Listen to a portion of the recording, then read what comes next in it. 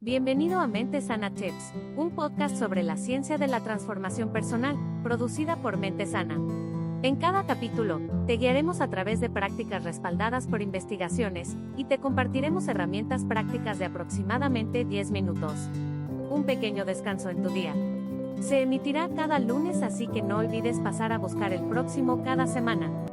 Nuestro maravilloso y avaro protagonista, el cerebro, que le encanta ser eficiente y tomar decisiones rápidamente, utiliza estos sesgos como atajos mentales para poder acelerar el procesamiento de la información, para darle sentido más rápidamente a lo que estamos viendo y pasar a la acción. En ese sentido se consideran una herramienta adaptativa. Estos atajos que existen lo que hacen es que nuestros cerebros sean más eficientes. Pero en la vida real, lo que puede pasar es que crean unos errores sistemáticos en nuestra forma de pensar y de actuar, y eso se debe a que tenemos tantas percepciones que decimos distorsionadas, basadas en experiencias, en que anticipamos hechos y no en situaciones reales. Y ahí es donde viene la frase que yo sé que es muy célebre y seguramente has escuchado, de que no vemos el mundo como es, vemos el mundo como somos. Y es verdad, todos estos filtros hacen que tomemos decisiones basadas en ellos. Y por supuesto que es importante reconocer que estos filtros no son fácticos. En cambio, lo que hacen es que, pues reflejar nuestras propias percepciones, experiencias, interpretaciones y pueden llevarnos a evitar información que no nos gusta o que no queremos ver. Entonces, el poder entender que tenemos estos patrones, que los experimentamos de manera inconsciente, nos capacita y nos habilita para tomar medidas frente a ellos. De eso hablaremos en nuestro podcast del día de hoy. Así que bienvenidos a Mente Sana Tips.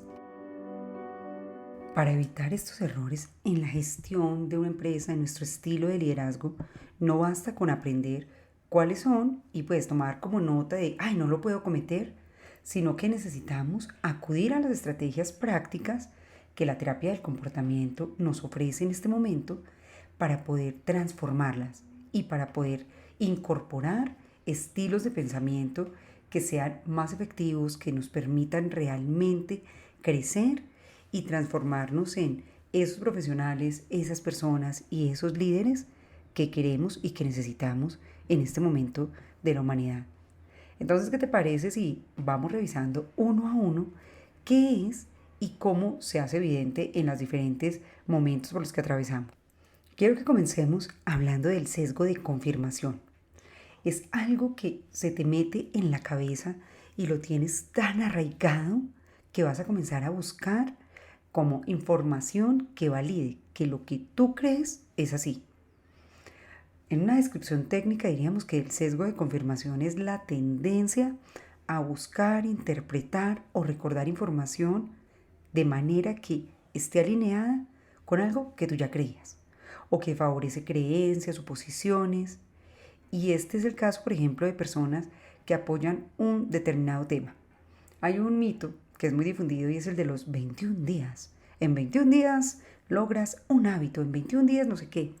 Y hay personas que lo han leído en tantas partes, lo han escuchado tantas veces, que buscan maneras de demostrar que esto es verdad.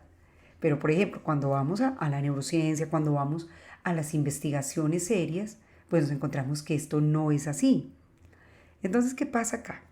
Este sesgo de confirmación puede llevarnos muy fácilmente a que tengamos una visión exagerada, inválida, distorsionada de nosotros mismos, de lo que pasa. Por decir algo, tú dices, ay, oiga, no, yo estoy como triste, como aburrido, tengo depresión. Y comienzas a buscar todo lo que vaya mal. Comienzas a predecir tu futuro en tono pesimista, evitas cualquier diversión, empiezas a actuar como si de verdad estuvieras deprimido.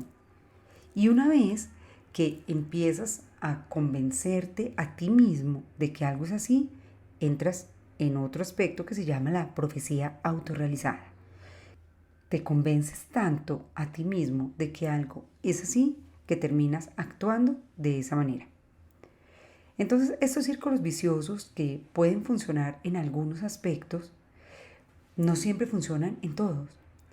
A la mayoría de las personas que se les empieza a entrenar para que reconozcan estos errores de pensamiento, obtienen la capacidad de ser más autocrítica, de ser más objetivos y de entender que a mediano y a largo plazo, si no nos entrenamos para aprender a pensar de una manera correcta, pues vamos a tener muchas afectaciones, no solamente a nivel individual y personal, sino a nivel sociedad.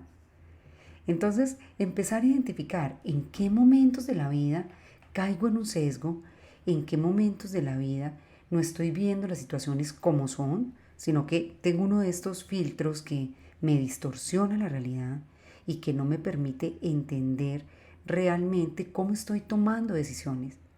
Y aquí es donde nuestro cerebro es increíble, porque ante una pregunta que puede ser de un nivel exigente, puedes responder antes a lo que no te gusta que a lo que sí te gusta. Además, en menos de un segundo empiezas a dar una respuesta sin tener claro cuáles son las consecuencias, hacia dónde te lleva. ¿Y qué pasa acá con esto? Una gran parte de la memoria que utilizamos todo el tiempo en el día a día se llama la memoria implícita. ¿Qué quiere decir? Que accedemos a ella sin pensar y que está sujeta a información de la que no somos conscientes que sabemos. Es una cosa loca. La memoria implícita tiene una respuesta que es imposible de manipular. Pero, ¿qué dice sobre esto la neurociencia cognitiva? Que como bien sabes es la disciplina a la que yo me dedico y que conecta el comportamiento de las personas con las reacciones que se producen en el cerebro y que es capaz de analizar los mecanismos cerebrales que subyacen a la toma de decisiones que creemos que son conscientes, pero no siempre son así. ¿Qué utilizan los neurocientíficos para poder entender todo esto? Utilizan tecnología de neuroimagen que es muy sensible, como la magnetoencefalografía. Mira pues para el ahorcado. ¿Y cómo la combinan? Con análisis de datos avanzados, aplicaciones de Machine Learning y de inteligencia artificial. Entonces, entender todo lo que está pasando en nuestro cerebro, que hay muchos estudios que nos están permitiendo identificar cómo nos relacionamos, cuáles son, por ejemplo, las necesidades de nuestro cliente interno, de nuestro cliente externo, cómo yo estoy relacionándome con el otro y cómo es la manera en la que yo estoy interactuando conmigo, con mi familia, con las personas fuera de mi familia y cómo estos sesgos comienzan a determinar la manera en la que me comporto. Es muy interesante. Pero hoy quiero que veamos otros 4 para que veamos en total 5 sesgos y podamos entender por dónde podemos comenzar a transformar la manera en la que nos estamos relacionando. Una de las que es más frecuente es el sesgo optimista, que es el otro lado del que estábamos hablando. Ese sesgo optimista es la tendencia de ver el futuro como fantástico, como perfecto, que claro, puede ser muy útil para bajar la ansiedad, nos ayuda a bajar el estrés, a tener un estado mental que nos habilite para afrontar los retos, para ser creativos, pero que cuando yo me quedo en ese sesgo optimista es muy peligroso. ¿Por qué? Porque en una situación como en la que estamos actualmente, de un mundo tan cambiante, de un mundo tan exigente, puedo perder de vista los riesgos, puedo perder de vista los limitantes y comenzar a actuar de una manera ingenua. Este es sin duda uno de los sesgos más difíciles de detectar y de transformar pues cuando es necesario, porque no siempre tenemos que quitarlo de nuestra mente, sino equilibrándolo con otras maneras de analizar las situaciones. La dificultad grande radica en que cuando una persona es optimista, la vemos como una persona maravillosa, cercana, agradable, con quien queremos estar. Pero el lograr tener ese equilibrio entre la manera en que estamos pensando, en que estamos evaluando las situaciones y lo que realmente sucede, solamente se logra cuando hemos trabajado de manera consciente en lograr ser un optimista inteligente, que es un término que sé que ya lo has escuchado acá, que es no caer en ese sesgo pesimista, que te enloqueces por lo negativo, que todo lo ves como un bloqueo y que, por supuesto, está ahí atravesado por este sesgo de negatividad que puede afectarnos tan severamente que nos lleva a tomar decisiones irracionales, que evitemos hablar con alguien por pensar que nos va a ir mal, o que este también es otro sesgo, que nos afecta cuando tomamos decisiones y decimos no va a salir, no funciona, es lo peor del mundo. Mira que son los dos extremos, el que piensa que no hay nada que hacer, el eterno inconforme, y el ingenuo. El optimista inteligente es aquel que para y dice cuáles son los retos, las dificultades, las cosas que pueden salir mal y le da la vuelta. Cuáles son las oportunidades, cuáles son las posibilidades y qué tengo que hacer yo para que las cosas salgan bien. Cuando trabajamos en superar estos sesgos, nos toca darnos cuenta que somos los protagonistas y que claramente somos las personas que estamos llamadas a intervenir para que las situaciones se den según lo que necesitamos y no estar ahí prediciendo en extremadamente súper perfecto o del otro lado terrible y negativo. Mira que estos sesgos es muy interesante conocerlos porque uno se empieza a observar y dice, eso me pasa y ahí es donde nos sentimos bloqueados y limitados. Otro sesgo, el sesgo de anclaje. Por eso cuando tengas que tomar una decisión, cuando tengas que analizar una información, sé muy prudente con la primera información que te llegue. Por ejemplo, cambian una persona en una oficina de un área a otra. Cuando a ti te dicen, es que esa persona es muy procrastinadora, muy problemática, es muy complicada, cuando tú la veas, ya estás sesgado por la primera información que recibiste. Entonces ahí es donde hay que decir, bueno, ¿qué de esto que me han dicho es cierto? ¿Qué pruebas tengo? ¿Cómo lo puedo validar? O del otro lado, no, simplemente son interpretaciones que alguien más hizo antes que yo. Es muy interesante, porque es que te lleva a darte cuenta de, ay, ¿por qué caigo en estas trampas mentales? ¿Por qué pienso de esta manera, perdón, poco inteligente, poco estratégica? Y es porque nunca nadie nos enseñó a hacer metacognición, a observar el contenido de nuestros pensamientos, a salir de allí y aprender a reprogramar esos patrones para ser más efectivos, para tener vidas más tranquilas, para ser más productivos, tener más bienestar. Y en gran medida lo que vemos en este momento con los temas de ansiedad, con los temas de depresión, está basado en que no sabemos pensar. Y como no sabemos pensar, no sabemos transformar la manera en que los pensamientos nos están afectando día tras día. ¿Cuáles son los indicadores de que estás entrando en un sesgo cognitivo? Hay algunas señales que son bastante obvias que podemos identificar cuando estamos actuando de una manera sesgada y son algunas como el culpar a otros, el asumir que siempre tenemos la razón, el que se nos dificulte ver desde diferentes perspectivas una situación o que en exceso nos enfoquemos en un solo aspecto de una situación, como pasa por ejemplo con el sesgo de confianza, que es más o menos lo contrario al síndrome del impostor, el que siente que todo lo hace perfecto, que sobreestima sus habilidades, que cree que es el más top de los top y que, por ejemplo, va conduciendo y no, pues todo lo domino, o no, este tema me las sé todas, y de repente pierde de vista cosas que no siempre son manejables y cae en el error.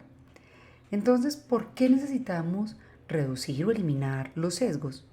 Hay varias razones por las que necesitamos ver más allá y ser como más estratégicos, más equilibrados, más conscientes, porque el pensamiento sesgado dificulta que en una comunicación seamos precisos, que tomemos decisiones acertadas y estamos viendo de una manera distorsionada lo que está sucediendo y finalmente termina dañando nuestras relaciones personales, laborales, porque se convierten en prejuicios que nos llevan a tomar decisiones inexactas.